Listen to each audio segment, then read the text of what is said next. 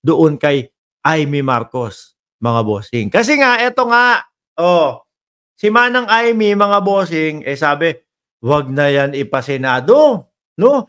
Irekta na yan. Irekta na yan sa korte, sabi po, mga kababayan. Total, may nabanggit pa siya. Total naman madami na tayong nakuhang ebidensya.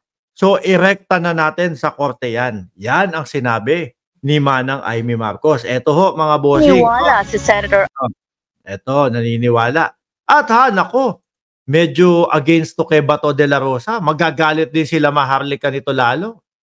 Kasi sabi nako, kapag ka si Bato ang tawag dyan, pag si Bato ang nanguna sa hearing niyan, malamang sa alamang, bias yan. No, di ba? Sabi ni Ma'am Mitz De Guzman, 285 likes. Dan. Salamat po, Ma'am. Just Vincent, hindi mababaon na sa limot ang mga issue na yan kung si BP Sara. Game. Naniniwala si Senator Amy Marcos na mas makabubuti kung dadalhin na lang sa korte ang investigasyon ng war on drugs ng nakaraang administrasyon. Alam naman po natin, mga kababayan, na talagang santambak na din po talaga. Totoo yung sasabihin ni Senadora Amy Marcos dito na santambak na yung nakuhang ebidensya at isang tambak na din po ang mga nagrereklamo at nagwitness, mga bossing. Nandyan na nga din si Garma. 'Di ba? Kung irerekta sa korte yan, ay nako. Baka rekta din sa Oblo ang dating Pangulong Duterte. Lalo na kapag kayong talagang mabilis ang investigasyon. Sabi ni Sir Tony Ninobla, naku, kung si Minet ang naging presidente, lahat yan ay mananatiling natatakpan at pati West Philippine Sea sa China ay madami din ang tegi. Tuloy ha. Ito ay sa kabila ng pinaplano ni Senator Bato de la Rosa na paglulunsad ng Senate hearing tungkol sa drug war. Yan po, mga kababayan, yung pinagtatawanan ng sambayan ng Pilipino ngayon na pinaplano ni Bato de la Rosa na pinaplano na imbestigahan yung kanyang sarili. Di ba? Ako na mag-iimbestiga. Total naman si dating Pangulong Duterte ang resource person ko. Sinabi din po dito ni Amy Marcos, mga kababayan, magiging bias yan kapag si Bato ang naging committee chairman. Diba? Pakinggan ho natin. Ayon kay Senator Marcos, maaring maging self-serving ito dahil sangkot din sa issue si Senator Bato bilang dating Chief PNP sa ilalim ng Duterte administration. Ayan, diba? Rumerekta ng sinasabi. Maaaring maging self-preserving lang yan. Sila Maharlika nga, yung kampo ni Maharlika, gustong-gusto ho, mga kababayan, na dapat si Bato daw po ang mag-imbestiga. Kaso mga bossing, ang problema, mukhang si Senator Chis Escudero hindi ibibigay kay committee chairman. No? Mukhang malamang sa alamang, mapunta pa po kay Senadora Risa Hontiveros, mga bossing ha. Lalong manggagalaiti hutong mga to. Siguro, Hontiveros na naman. Nadali na nga si Kibuloy.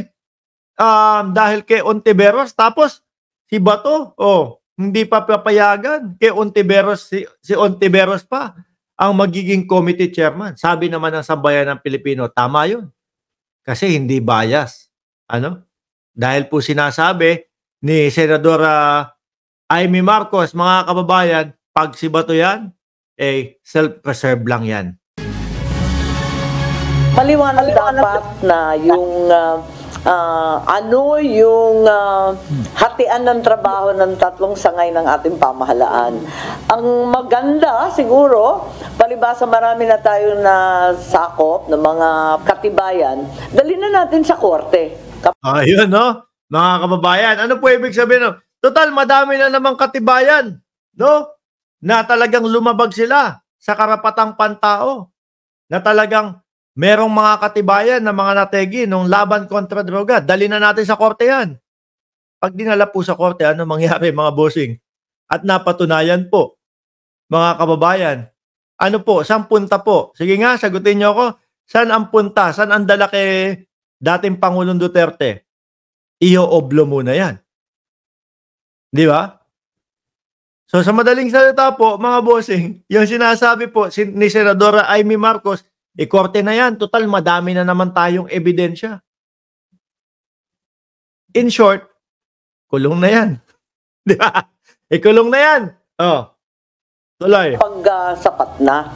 Let's bring it to court so that hindi masabihan that it is partisan or self-serving or otherwise untruthful. Mismong siya na ho ang nagsasabi, no? Kapag ka si Bato ang naging comedy chairman niyan, malamang bias yan. Oh, di ba?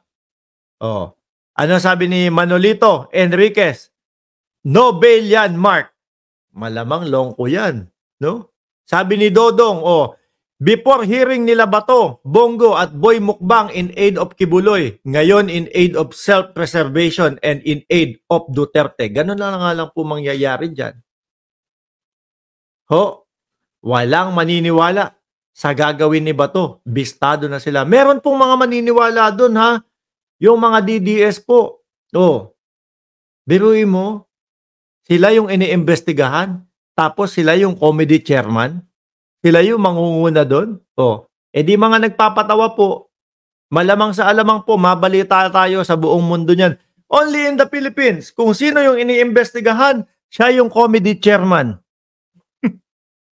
Iniimbestigahan yung kanyang sarili. Sabi ni Just Vincent, dati pulis si Bato, ngayon naman comedian na siya. Pwedeng pumanto. Pwedeng mapunta to kila Alan Kay. Sa comedy bar, di ba ho? Tama ba ako? Batang pasaway? Nilaglag na sila ni Amy. Total, madami namang madami naman tayong ebidensya. Korte na yan. Tuluyan na natin yan. Korte na. Madami na ebidensya. Diyan po, mga kababayan, no? Diyan napapasok yung hamon ni Senador Leila de Lima sa Department of Justice, no? Kahit na isnabin na ang ICC, basta kailangan mapanagot sa batas itong mga lumabag, no, sa karapatang pantao noong panahon ng laban kontra droga. Mga bossing, sabi ni Dennis Ostonal, kapag guilty sila sa Supreme Court, i-turn over na sila agad sa ICC. Kumbaga, pinapamadali na ni Senadora Amy Marcos. Kaya naman, di ba?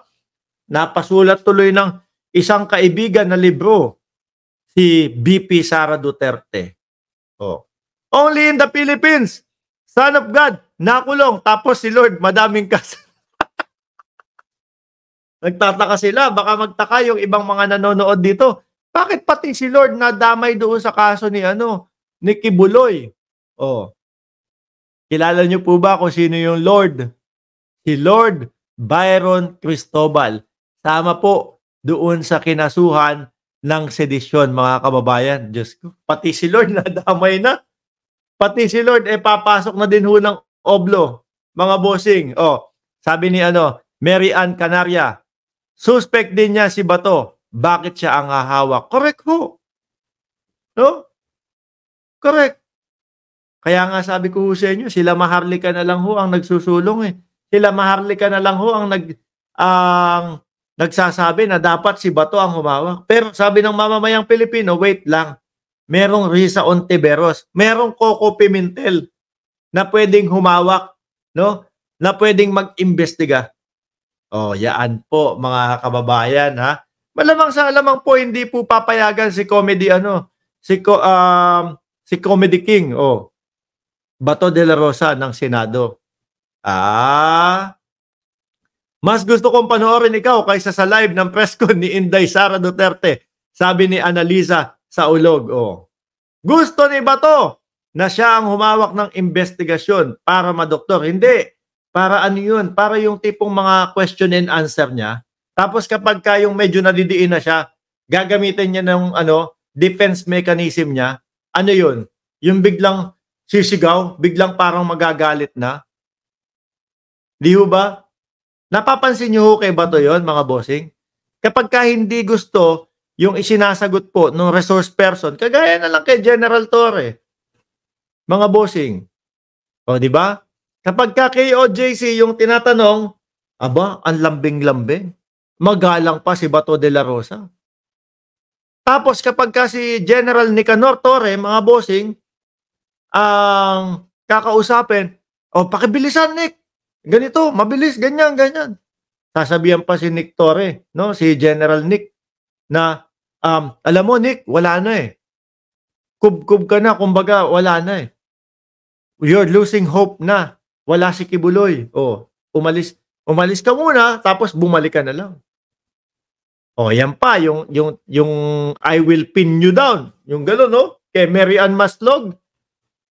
Para magawa niya yung ganong style niya. Diba? Defense mechanism ni Bato yun eh. No? I will pin you down. Alam ko.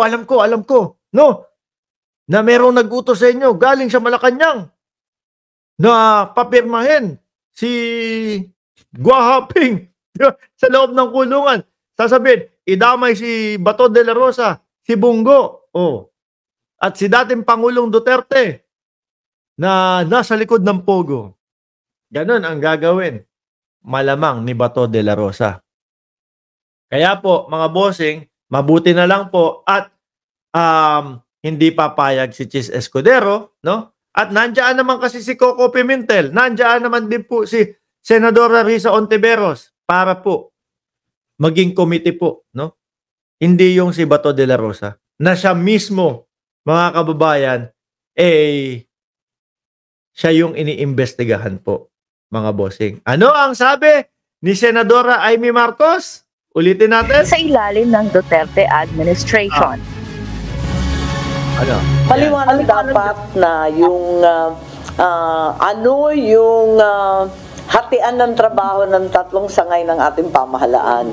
Ang maganda siguro, palibasa marami na tayo na sakop ng mga lalong magagalit yan kay Manang Amy, no? Yung mga DDS, madami na tayong ebidensyang nakuha. Ikorte na natin yan. Kasuhan na. Tapos kapag kayong umakyat yung kaso, ikulong muna hanggat nililitis. Ang kate sa ulo. Ang kate sa ulo. Si Roque nandoon sa Mindanao daw. Doon daw hinahagilap. Tapos eto naman po, sa tono po ng pananalita ni Manang Amy, gusto nang ipa-oblo si dating Pangulong Duterte, si Bato, si Bungo, lahat na. Anyway, mga kababayan, mga boss, Chief, Amo, Sir, 1,024 viewers. Mga boss, Chief, Amo, Sir, ako muna ay magpapaalam, no? Anong oras na ba? Alas 10:54 na din po dito sa aking kinaroroonan. Ako ay magpapasalamat sa inyo, mga bossing, no? Maraming salamat po, Frozen Soul, sa pag-antabay nyo dito po sa ating channel. Mamayang gabi po, naka-live tayo alas 9 o alas 10 ng gabi, basta minsan late, minsan hindi. Okay? Huwag nyo pong kalimutan na mag-like, mag-subscribe, and mag-share ng ating live stream. Maraming salamat po and God bless po sa ating lahat.